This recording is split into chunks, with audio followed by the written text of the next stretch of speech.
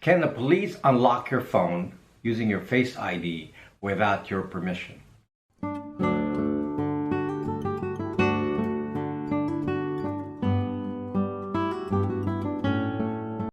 Real situation. You get stopped by the police, and the police says, "Give me your phone," and then you hand over your phone.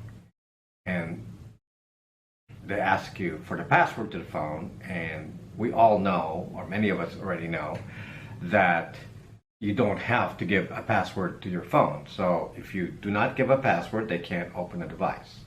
But nowadays, all they have to do is take your phone and point it at your face, and it will turn on. And then they can go look in the phone and see what messages you have and what it is you've been doing.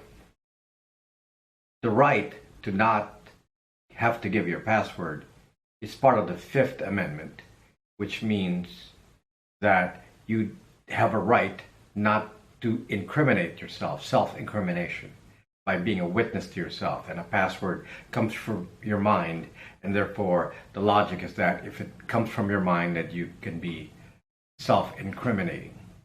Now, the Fourth Amendment is also part of this, because the Fourth Amendment wants to balance the abuse or eliminate the abuse in government with unreasonable searches and seizures. So they want you to have some rights to prevent this kind of abuse. Now with Face ID, there's no longer a need for permission. All they have to do, like I said, is point your phone at you, and because it's a physical act, there's no asking of any questions from you. And same with a fingerprint. It's a physical act. They take your finger and put it on the fingerprint sensor on the phone, and it opens up. Because it's a physical act, the theory is that that may not be self-incriminating.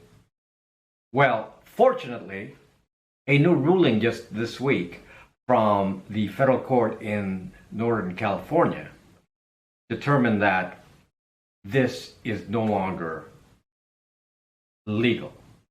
That they cannot just do a facial ID login or fingerprint login without a warrant. And the warrant can't be a general one. It has to be specific to the individual concerned. So this is a new change. And this is a very positive change, because it's been unclear exactly what rights you have when it comes to the new biometrics and biometric logins. And this is in fact going to come up later on when they introduce biometric login with Facebook. So you're going to go to Zuckbook and say, okay, just look at the Zucking computer, and then it will turn on, and there you are, you're logged in. So, although this is a positive thing, now let me just clarify a couple things for you.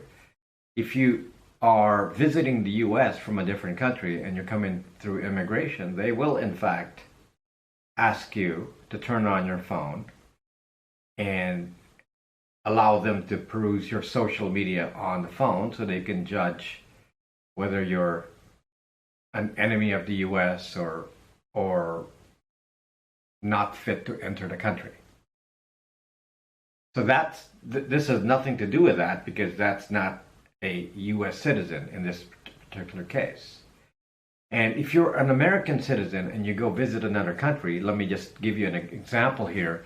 In Australia, they passed a law where they can actually stop you at the border and just take your phone and demand that you turn it on, and you really have no ability to refuse it. If you refuse it, then you don't get into the country.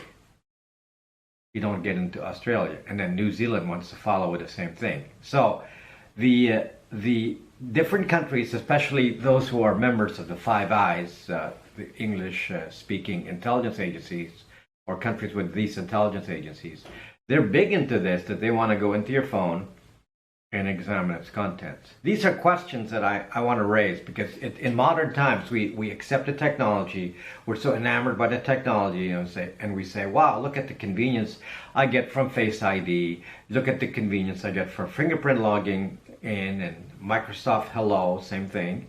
And you're not thinking about the consequences of some of this with respect to your rights, with respect to the freedoms that you have to prevent the abuse of government.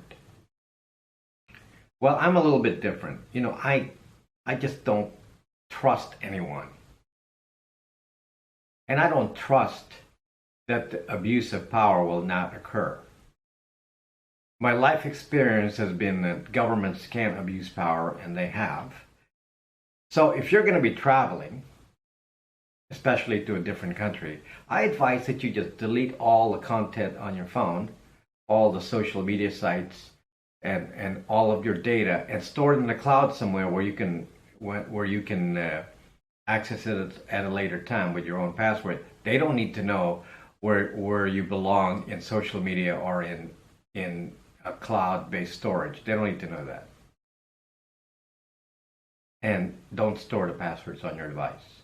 Anyway, stay tuned to this very interesting thing to watch to see how this develops over time. See you later, guys.